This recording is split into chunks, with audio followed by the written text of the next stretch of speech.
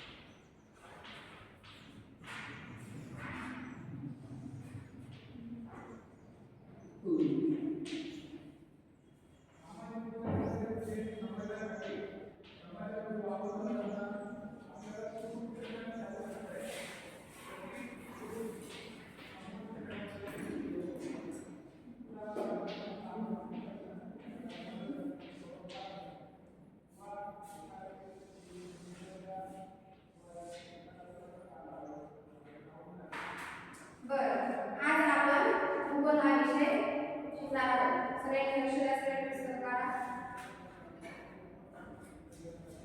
बरं, तुम्हाला माहिती आहे का आपल्या भारतात कोणते कोणते ऋतू आहेत? बरोबर, पावसाळा, उन्हाळा आणि हिवाळा. तर आज आपण आर्द्रता प्रभाव हा पाठ अभ्यासणार आहोत.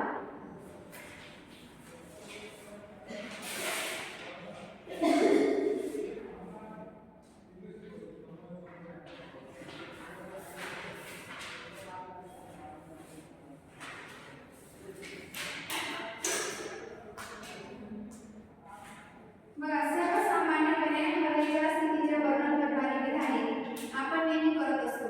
हवेचा दमटपणा तसेच कोरडेपणा आपण वर्षभरात अनुभवत असतो.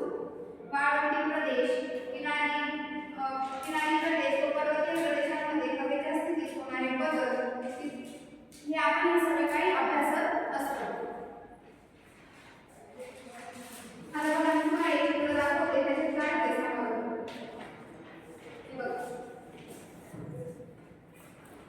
काय दिसतंय इथे? दोन व्यक्ती. बरं, काय म्हणताय? इकडं वातावरणात इकडे बघा बरं सगळ्यांनी. काय दिसतंय याच्यात? माणसं संभाषण करतात. बरोबर. आणि इकडे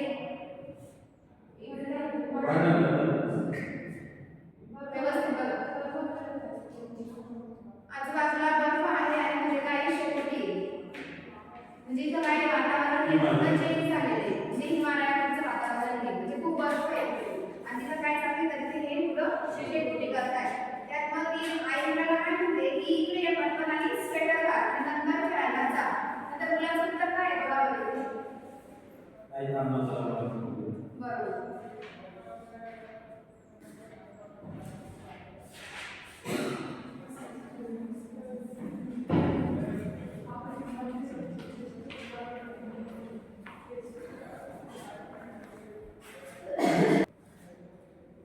बरं, आता मला सांगा बरं, राजस्थान कोरड्या व उष्ण हवेच्या प्रदेशात येते. म्हणजे आता राजस्थानचं वातावरण कसं आहे? उष्ण. तिथं वाळवंटी प्रदेश वगैरे आढळतो. बरोबर. त्यानंतर पश्चिमी कोरडे व थंड कोरड्या हवेच्या प्रदेशात आहे. त्याला बघा पश्चिमेकडे सतत काय असतं? बर्फ पडत असतो. त्याच्यामुळे तिथं वातावरण कसं असतं तर थंड असतं आणि कोरडं असतं. आता आपला मुंबईचा भाग म्हटला तर तो उष्ण व दमट हवेच्या प्रदेशात आहे. तेथील हवेचे तापमानाचे प्रमाण जास्त असते. त्यातच जर आकाशात काळे ढग जमले तर हवेची उष्णता अधिक वाढते. आता बघा, थोडं जरी वातावरण चेंज झालं तर काय होतं? आता थोडं जर ढग निघाले तर काय होतं? गरम व्हायला लागतं. बरोबर. गरम व्हायला लागतं तर मग वातावरणातला जो बदल असतो त्याचा परिणाम आपल्या शरीरावर देखील होत असतो. आता मी तुम्हाला व्याख्या लिहून देते, ती व्याख्या सगळ्यांनी लिहून घ्यायची.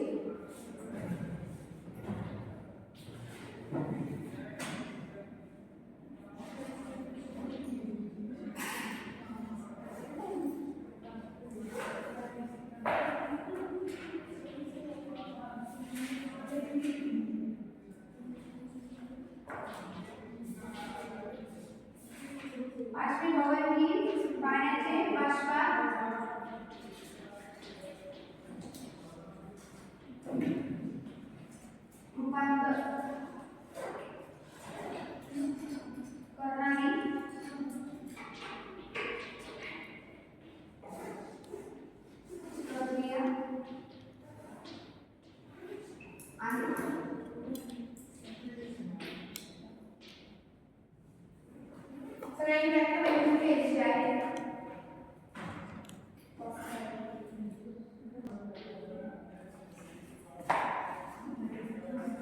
बरं, व्याख्या सगळ्यांनी लिहून घ्यायची आहे. बरं सिद्धेश, स्टँड अप. ही व्याख्या वाचा. बाष्पीभवन ही पाण्याचे बाष्पात रूपांतर करणारी प्रक्रिया आहे. बाष्पीभवन ही पाण्याचे बाष्पात रूपांतर करणारी प्रक्रिया आहे. आता बघा, आर्द्रता आणि कप. आर्द्रता म्हणजे माहिती आहे का तुम्हाला? जेव्हा वातावरण चेंज होतं, वातावरण चेंज झाल्यानंतर वातावरणात जे जे काही बदल होतात ना, ते कशात येतात तर आर्द्रतामध्ये येत असतात. आता बघा, अचानक जर कधी पावसाचं वातावरण जर आलं, म्हणजे दुसरा चालू आहे, पावसाचं वातावरण जेव्हा झालं, तर मग काय झालं? आर्द्रता झाली. त्याच्याने काय होतं? नकारात्मक परिणाम घडून येत असतात. बरोबर? म्हणजे कधीतरी आता हिवाळा आहे आणि हिवाळ्यातच पाऊस आला, म्हणजे पावसाचं ऋतू नाहीये तरी पण हिवाळ्यात पाऊस आला, म्हणजे वातावरण चेंज झालं आणि त्या वातावरण चेंज झाल्यामुळे आपल्या शरीरावर देखील परिणाम होत असतो. बरोबर? त्यानंतर जे पिकं असतात, म्हणजे ज्या ऋतूंसाठी ते आवश्यक असतात, तो ऋतू सोडून जर दुसरा ऋतू तिथे येऊन गेला तर पिकाचे देखील नुकसान होत असते. तर अशा प्रकारे आज आपण आर्द्रता विभाग या पाठाचा काही अभ्यास केलेला आहे. याच्यावरती मला आता काही प्रश्न विचारणार आहेत, त्यांची उत्तरं द्यायची.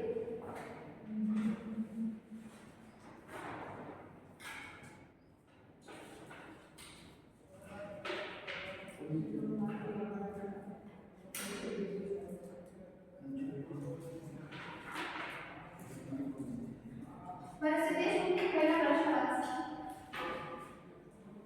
बाष्पीभवनाची काळजी. काय बाष्पीभवनाची काळजी? अवकाळी पाऊस. उभं राहून उत्तर. तुझ्या स्टँडर्ड.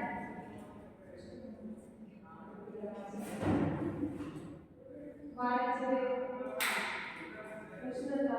बरोबर. सूर्यप्रकाश हे इत्यादी काय येतात बाष्पीभवनाची कारणे. कोमल, स्टँडर्ड. हा प्रश्न वाच. कोणत्या प्रदेशात बाष्प प्रमाणात जास्त आहे? कोणत्या प्रदेशात बाष्प प्रमाण जास्त आहे? सांगा बरं. हा, कोण स्टँडर्ड. सामाजिक विषुववृत्तीय प्रदेशात आणि समुद्र किनाऱ्यावरील प्रदेशामध्ये जास्त असते. बरोबर. आता पुढचा प्रश्न तुम्हाला असा द्यायचा आहे. बाष्पीभवन प्रक्रिया चित्राद्वारे स्पष्ट करून लिहून आणली. सगळ्यांनी एकदा स्वाध्याय करून आणायचा आहे. आज आपण आर्द्रता व ढग या पाठाचा तर बघा, आज आपण आर्द्रता व ढग या पाठाचा काही अभ्यास केलेला आहे. सगळ्यांनी उद्या येताना स्वाध्याय करून आणायचे आहे. प्रत्येकाचे हे चेक करणार आहे, काम चालणार नाही. प्रत्येकाने स्वाध्याय करून आणायचे आहे. पनिशमेंट दिली जाईल जो करून आणणार नाही त्याला. ठीक आहे, इथेपर्यंत सगळ्यांना समजलेलं आहे ना? हो. मग आपण आता थांबूया. अशा प्रकारे आज आपण आर्द्रता व ढग हा पाठ अभ्यास केला आहे. पूर्व तास केला. आणि